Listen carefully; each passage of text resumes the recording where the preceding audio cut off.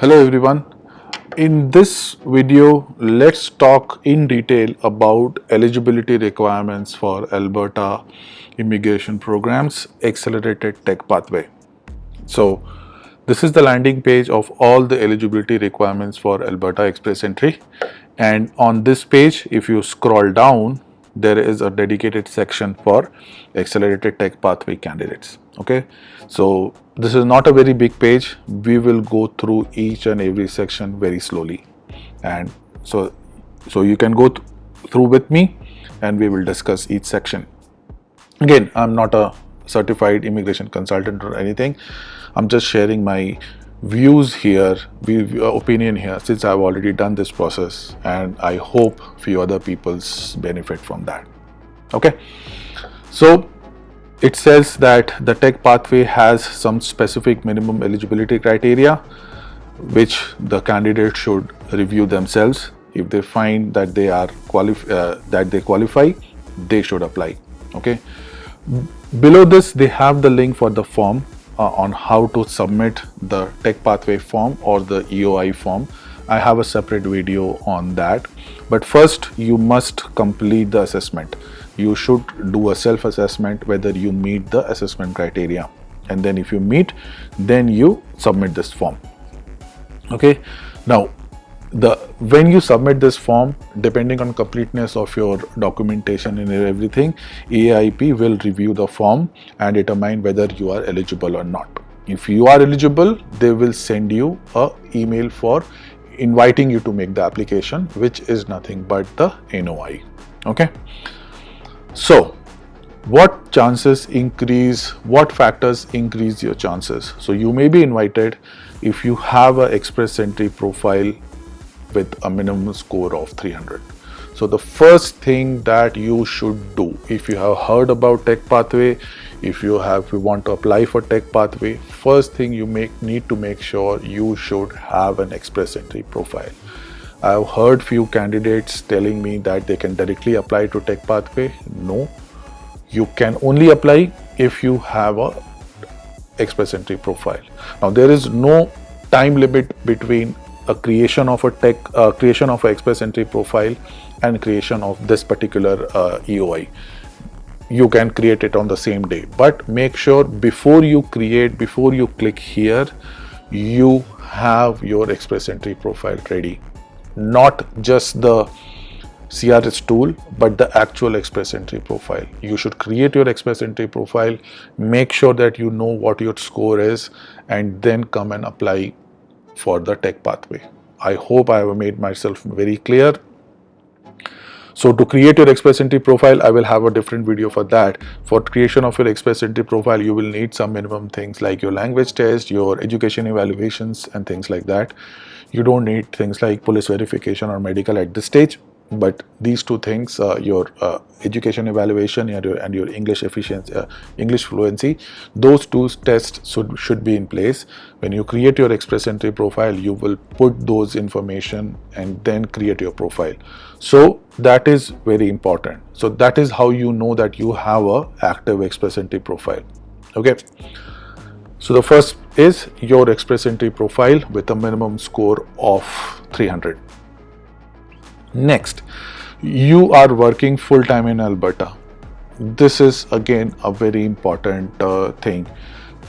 Either you should already be working in Alberta or you have a job offer for working in Alberta. So this is a or condition and not an and condition. There is a confusion in many people on this also. If you're already working in Alberta, you obviously have a job offer in Alberta and you are good. If you're not working in Alberta, like me, I was not working in Alberta, I was working in a different province, but I had a job offer to work in Alberta. So that is also good. So this is proactive. Alberta is asking for people who already have a job offer to work in Alberta to apply. Okay, it should be full-time, means a minimum of 30 hours a week.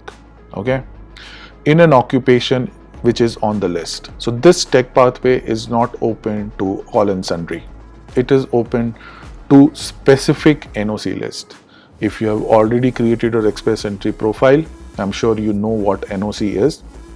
It's basically a national occupation code, or in a layman term, it's the type of work you are doing, what kind of work you are doing in a numerical term. So there is a list of occupations, and everything has a 4-digit code.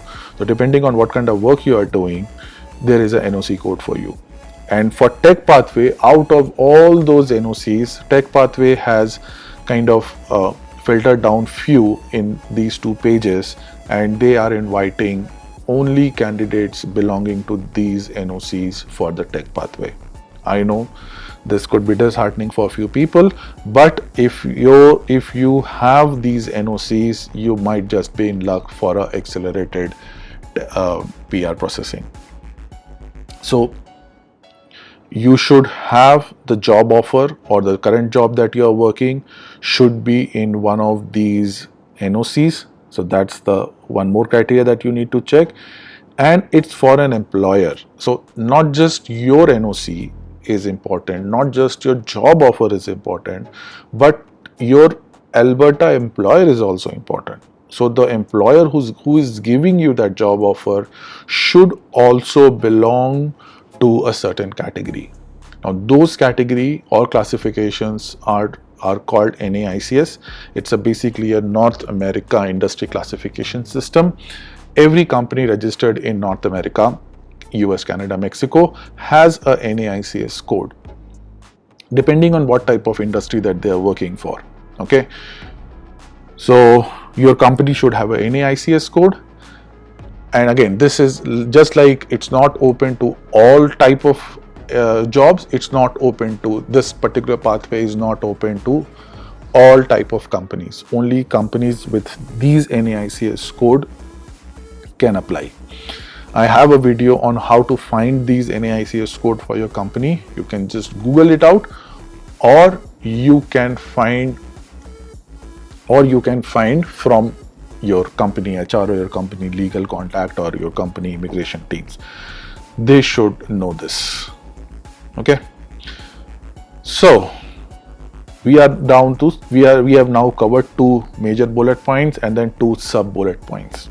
Okay, third bullet point, the NOC or the primary occupation in your express entry profile is the same as your Alberta employment or job offer. Means, for example, 2174 computer programmer, right? If you are working if your express entry profile is for an NOC 2174, your current job, if you are working in Alberta, your current job should be in the same NOC 2174, or if you have a job offer, it should be for the same NOC or 2174. Okay, so there should not be like you're working in your express entry profile is for 2174, but you are getting offered as say 2175, right? So that will not work. Those kind of discrepancies will not work. So your primary occupation or NOC should be in line between your express entry profile and your job offer. It should be for the same NOC. Good.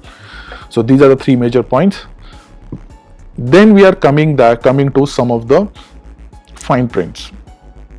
You should make sure that your express entry profile is not a very old profile.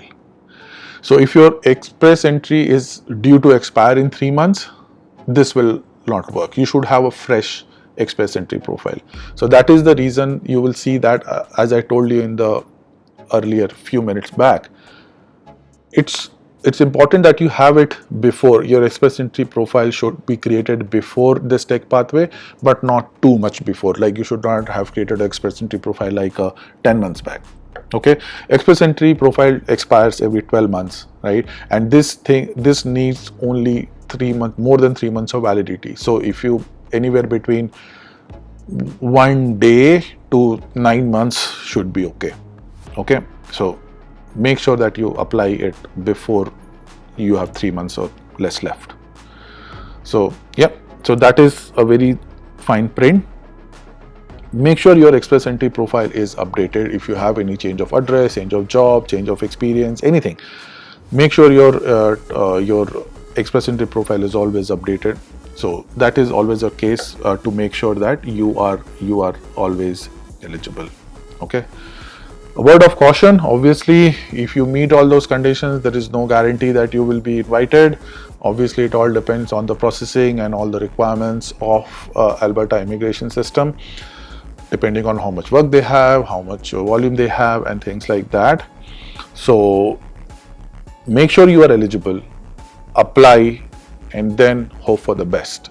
I'm sure if you have met all the assessment, all the eligibility criteria, there should not be an issue with your application. Okay. Now, these were your eligibility criteria. Okay. Now, Alberta has done a good thing. They have also mentioned something called an assessment criteria. Now, assessment criteria is basically a guidance for the immigration officer who is looking at your application, right? And it kind of gives you an insight into what an immigration officer is looking into when they are looking into your profile. Okay. So when they're looking into your application, what they are kind of looking at. Okay. So if you are invited to submit an application, right, you must have met these assessment criteria. Okay. So if you have, so these are some fine points which you should also check yourself, right? So that make sure that your application is a success, right? These, if you don't check, you can still apply. Like after these 3 points, if you think that, oh yeah, these 3 points I'm fine, I can go ahead and click on here and apply. Yeah, go ahead. You can do that. But it's a good idea of going through the assessment criteria also, so that you are confident about your application. Okay. So you cannot apply for or be nominated. Means even if you apply, they will not, Alberta will not nominate if you are a refugee claimant, right, or in any kind of issues with your federal any kind of issues with your related to your refugee status. If you already have a nomination in the Aaip stream, you cannot apply. For example, you have applied in something like a AOS stream or any other stream. So if you already have an active nomination, you cannot apply. Okay. If you have been disqualified from Aaip for any reason, right, that you are not eligible and you are not eligible to reapply, right? So this is the case where somebody has submitted some fraudulent documents and Aaip is kind of blacklisted them, right? So even if you apply and if you meet these 3 conditions, you will not be called for a NOI. Okay. Now, these were all the negative list. Now comes the positive parts. What to be considered for nomination?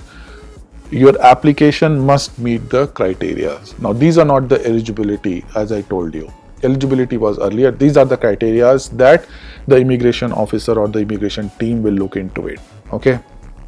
So first, you must have an express entry profile in the express entry pool with a minimum score of 300.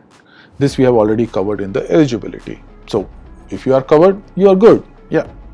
Meet the criteria for at least one of the immigration programs. Now, when you create your express entry profile, you will see on that profile what programs you are eligible for. So in Canada, there are 4 programs. There is one called Canada Experience Class for people who have worked in Canada, who have some experience in Canada. Then there is a Federal Skills Trades program for people who are working in certain trades. And then there is a Federal Skilled Worker program for high skilled worker. So mostly if people who have international experience qualify under either a skilled worker program or a skilled trades program.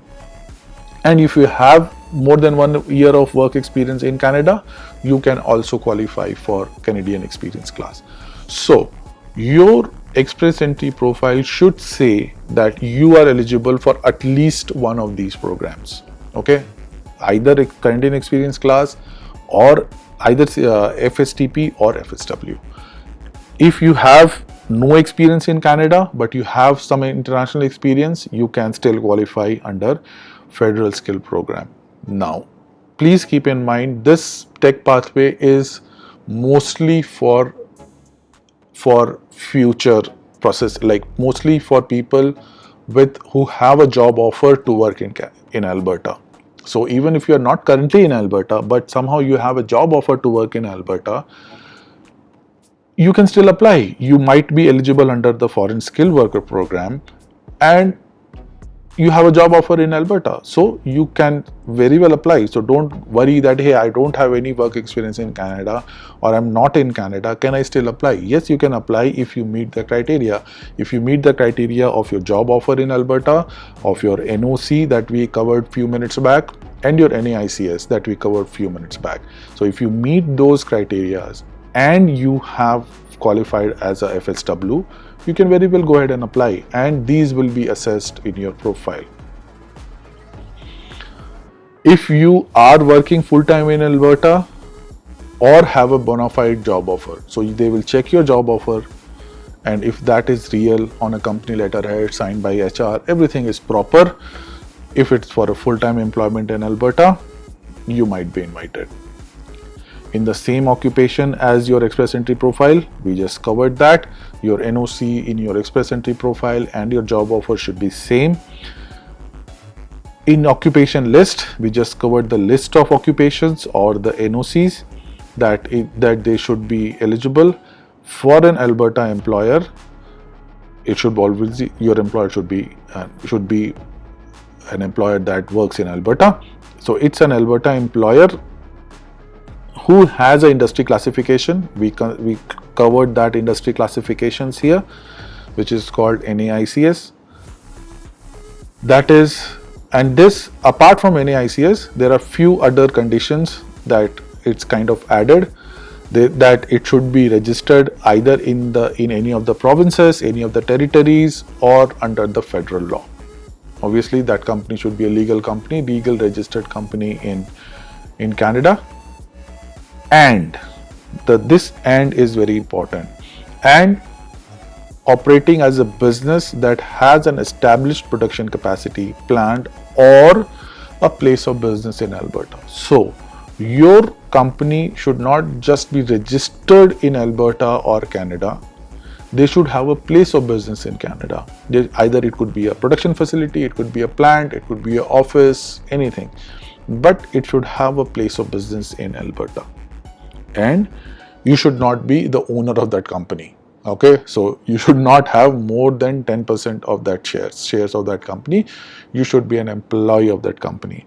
It's okay if you are getting offered some kind of shares and like you have few thousand, like few percentage, less than 1% or something. It's okay, but you should not have more than 10% shares which carry a voting right, means basically the ownership. So you should not be kind of a more than 10% owner of that company. Okay, next fine print. You have the employment contract or the job offer that you have with your company should be signed by you and your employer like any other job offer. It should be for a continuous paid work under an employee-employee relationship. Means there should be a employee-employee relationship. You work for that company, they pay you a salary, they deduct your taxes, all those things. Okay, so there should be an employer-employee relationship. It should be full-time work for a minimum of 30 hours per week. Most of us work 40 hours per week, but yeah, minimum 30 hours per week. It should be for the job offer that you are getting should be for 12 months or more.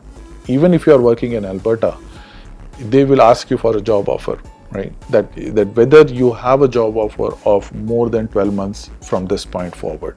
So any job offer you have should be for at least a minimum period of 12 months, or they can say that it's a full-time job with no end date. That is also fine. And it is for a work location in Alberta. So any city in Alberta you can pick. They're not picking about which city or something, but the work location should be in Alberta. Okay. Another fine print of this is if you are working for a home-based business in Alberta, right? If you are working for a business that doesn't have an office, but it's a home-based business in Alberta, then your employer must be authorized to operate that business from a personal residence, because here There are zoning requirements. You cannot mix commercial and residentials together. So if you have a scenario where a person is running that business from his personal residence and you are also working from home, things like that, or we are working for that home-based business, then make sure that your employer has those authorizations. Okay, good. Next, a base monetary wage. So in your job offer, apart from your terms of employment, your job of your salary or your wage will also be mentioned. So it should meet the provincial minimum wage requirement. Okay, and meets or exceeds the requirements set out in your LMIA, or if you are LMIA exempt, as per the minimum wage. So if you click here, it will bring to your page where you can look up the wage for your NOC. In our example, we are going for 2174, right? So let's come here and do a search by 2174. Sorry, 2174. Right? Let's do this. So here the average salary is 84,210. Now this is an average salary, so the minimum is a bit lower than this. But if you meet this average salary, I would say you are safe. So if your job offer is, so this use it as a guidance. If your job offer is for this much minimum salary, then you are golden. So you should meet this provincial minimum wage requirement. Okay. Any kind of non-wage compensation is not covered. Okay. If you are working in Alberta or have a job offer of working in Alberta, obviously since you don't have a PR, you should have some kind of valid immigration status to work in Alberta, right? So if you are already working in Alberta, make sure you have a valid job offer. Even if your job offer is kind of under application, like an implied status, that is also fine, but make sure you are authorized to work in Alberta. You are not just on a visitor visa here.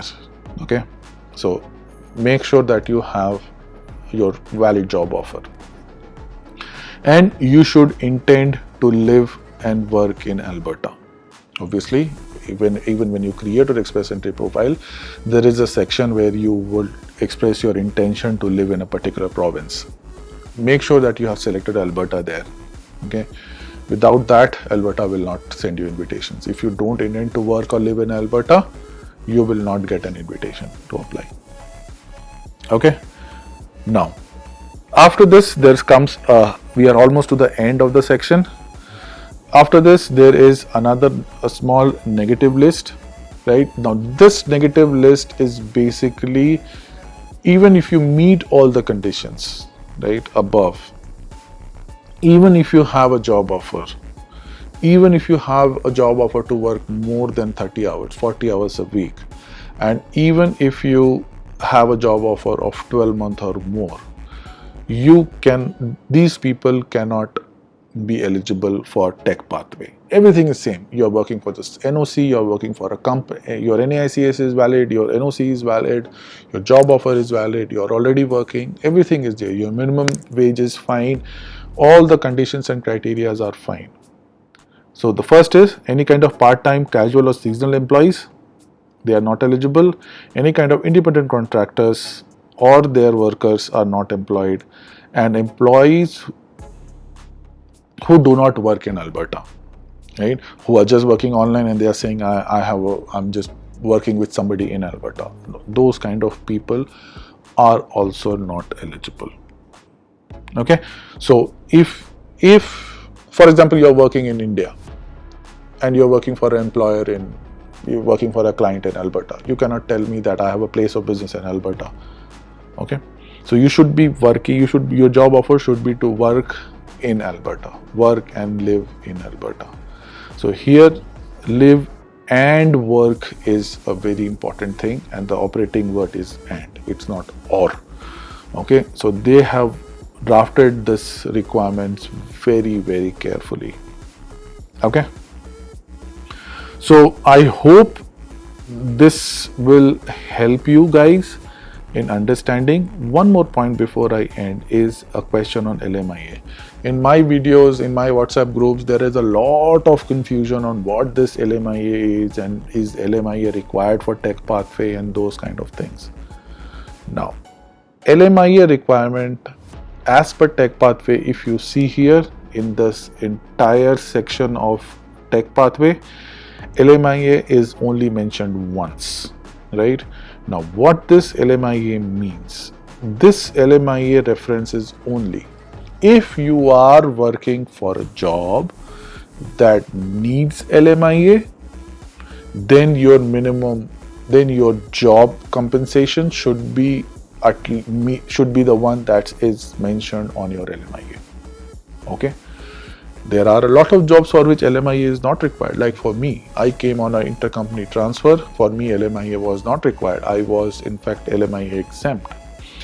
If you are LMIA exempt, then you should meet the minimum criteria of this particular page. Okay. So don't get duped, confused on LMIA. LMIA, Labor Market Impact Assessment, I will have a different discussion on that.